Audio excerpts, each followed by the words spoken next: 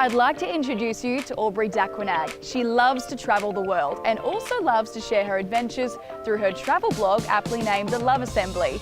It's the combination of her street smarts, adventurous spirit and photographic skill that brings it all together. The Love Assembly is a travel and lifestyle blog that I started at the end of 2012. And it's basically a destination where I combined my love for photography and exploration. It started as an outlet for me to interview creative individuals that basically started something that they loved and then created it into their career, hence the name.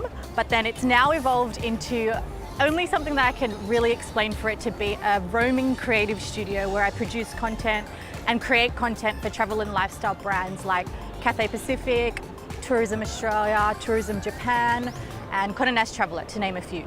And you've travelled to some beautiful destinations. Tell us a standout. Oh, that's always a hard question. I think that the places that stand out to me the most to photograph and explore have always been places that are so different to the way I live and how I grew up. And so the top three that I can mention are Morocco, just because I think it's beautiful but very challenging at the same time to really get those beautiful captures.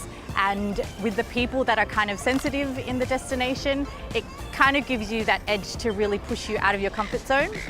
Another one has been Peru, just because it was my first destination that was really my solo travel trip. And I went on a hike that was not the standard Machu Picchu photography, scenario and everything. It was my hike to Rainbow Mountain, which led me to the top of this beautiful mountain, and it was just pink and beautiful and really feminine and girly.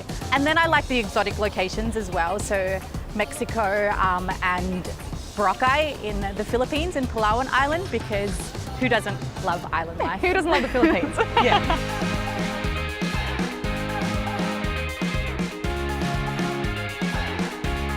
And you've just brought out a book, so tell us about that. My new book is called Wonderlove, and it's basically a perfect mix of style, substance, and travel adventures to inspire your own, because I talk about the wonderful world that I've built of the Love Assembly that was pretty much from scratch. So building my travel photography skills and then traveling solo to learn a lot of lessons.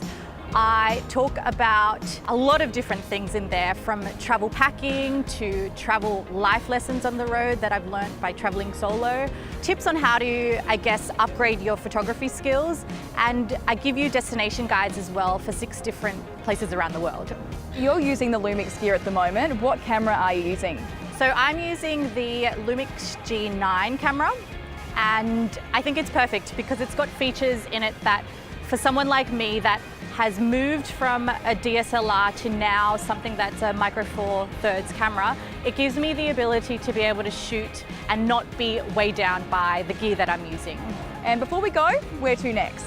Next is moving to London, and I'm going to experience a European summer actually for the first time. Amazing. So I'll be able to travel around Europe, much more accessibility to those destinations rather than coming from Australia. Looking forward to it. Yes. We asked Aubrey to share with us some of her tips for travel photography. When I travel solo, I like to often include myself in my photographs. So I'm at Circular Quay at the moment, and I'm going to put this into practice. I've got the Sydney Harbour Bridge behind me, and although I've seen a lot of people taking photos, selfies actually, with their iPhone, I'm going to talk you through the process into how I take travel photographs with myself in the actual photo. And it's a 3-step process. So you've got your travel tripod, set that up and survey the area.